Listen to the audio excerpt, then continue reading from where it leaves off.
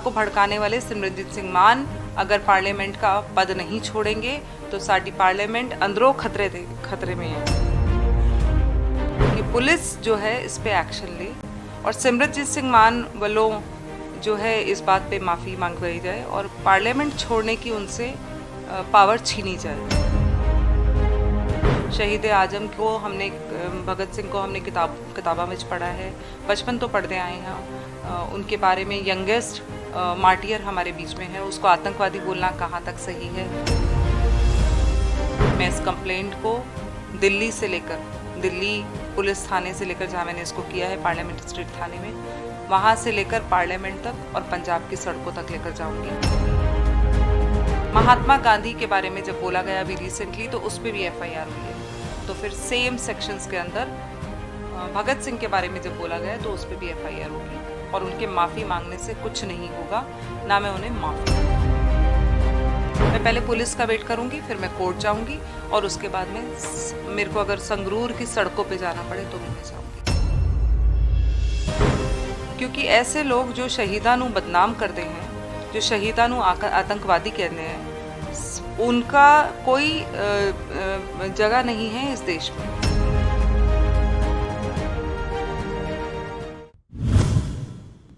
Complaint विच जो मैं दिता है कोर्ट नू एंड पुलिस नू, उस विच एक बड़ा इशू है जिसको ये देश बिल्कुल नहीं नकार सकता।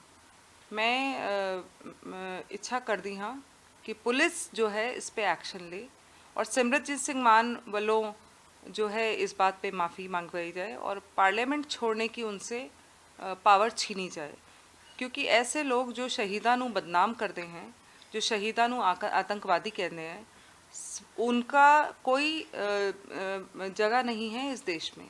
मुझे लगता है कि वो भिंडरेवाला को अपनी जो है जीत का श्रेय देते हैं, खालिस्तान की मांग करते हैं। समय समय पे मोदी सरकार ने उनको आह्वान किया है कि तुसी ऐसा ना करो, तुसी ऐसा ना करो, लेकिन पंजाब की सरकार भी इस बात पे बिल्कुल चुप्पी साधे बैठी है। तो वो जो चुप्पी साधे बैठी है वो मुझे लगता है कि सबकी मिली भगत है। खालिस्तान वो भी चाहते हैं पंजाब की सरकार और खालिस्तान ये भी चाहते हैं। अगर पंजाबी यूथ को, सिखों को 1984 से अब तक पागल बनाया जा रहा है तो इसी तरह के जो तत्व हैं वो ऐसा काम कर रहे हैं। लेकिन सिमरनजीत सिंह मान ने तो सभी हदें पार कर देती हैं, क्योंकि खुद पुलिस विच रहे ओहदे रहे हैं ना। हो कह रहा है कि उन्होंने अपना एक पार्लियामेंट में जाने का रास्ता या पावर या इन्फ्लुएंस का रास्ता ले लिया है, क्योंकि उनको एक आइडियोलॉजी के बारे में लोगों में भड़काना है। लोगों को, पंजाब को भड़काने वाले सिमरनजीत सिंह मान अगर पार्लियामेंट का पद नहीं छोड़ेंगे तो साडी पार्लियामेंट अंदरों खतरे में है। अब कोई चीज़ अंदरों खतरे में है तो बॉर्डर्स कितने आप सील कर लोगे, बॉर्डर्स कितने आप सुरक्षा कर लोगे। लेकिन मैं फौजी परिवार की लड़की हाँ, फौजी परिवार में ब्याही हाँ, मेरे पति अभी भी फ़ौज में हैं, नौकरी कर रहे हैं। तो शहीदों के लिए क्या सम्मान होता है ये हमसे ज़्यादा कोई नहीं जानता। एक परिवार के जब 10 लोग शहीद होते हैं या 2 लोग शहीद होते हैं तो उनसे पूछो उनका क्या दर्द होता है। शहीद आजम को हमने, भगत सिंह को हमने किताबा में पढ़ा है, बचपन तो पढ़ते आए हैं। उनके बारे में यंगेस्ट मार्टियर हमारे बीच में है, उसको आतंकवादी बोलना कहाँ तक सही है।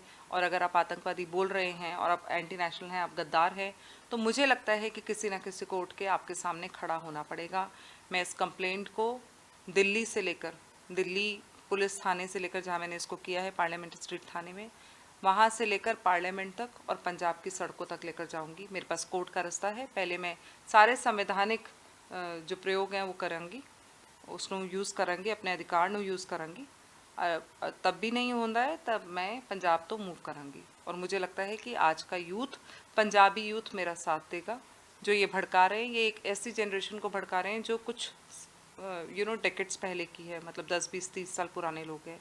यूथ अब नहीं भड़कने वाला है। और खालिस्तान की मांग करने वाले सिमरनजीत सिंह मान पार्लियामेंट में सांसद बन के आए हैं बायपोल में। मुझे लगता है कि उनका निष्कासित होना बहुत ज़रूरी है पार्लियामेंट से।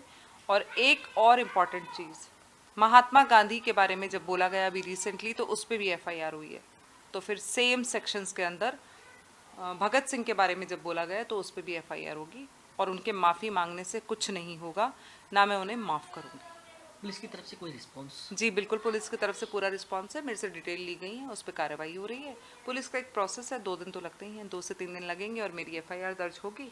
अगर मेरी एफआईआर दर्ज नहीं होती है तो मेरे पास 168 का रास्ता है, मैं कोर्ट जाऊँगी, क्योंकि मैंने बहुत साल कानून पे काम किया है और पब्लिक इंटरेस्ट लिटिगेशंस की है, समाज के लिए काम करती हूँ, मुझे सारे रास्ते पता है मुझे क्या करना है। देश मेरे साथ है, मुझे मेरे ट्विटर पे, मेरे सोशल मीडिया पे बहुत अच्छा रिस्पांस है लोगों का, और यूथ का रिस्पांस है, ये देख के मुझे बड़ा अच्छा लगा।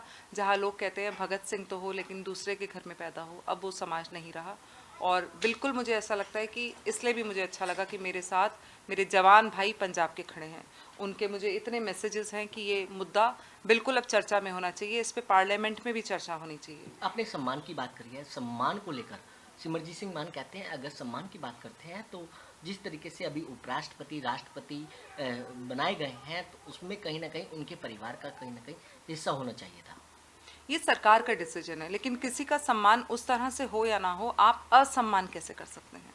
आप जब भिंडरेवाला को आप कहते हैं कि वो हीरो है, आप खालिस्तान की मांग क्यों करते हैं? ऐसे लोग जब शहीद भगत सिंह पे बोलते हैं तो बड़ा दुख होता है, उनके सम्मान की बात करते हैं तो बहुत दुख होता है, क्योंकि जो लोग असम्मान की भाषा को बोलते हैं, और मैं कोट अनकोट इस बात को कह रही हूँ, अंडरलाइन करके कह रही हूँ कि उनके विवादित बयान देखिए, वो जेल में रहकर आए हैं और जेल में रहे हैं, उसके बाद वो बरी हुए हैं, और वो भी इन्फ्लुएंस पावर से बरी हुए हैं, वो ऐसे बरी नहीं हुए हैं। लेकिन मैं संवैधानिक पदों पे बिल्कुल भी प्रश्न चिन्ह नहीं उठाना चाहूँगी।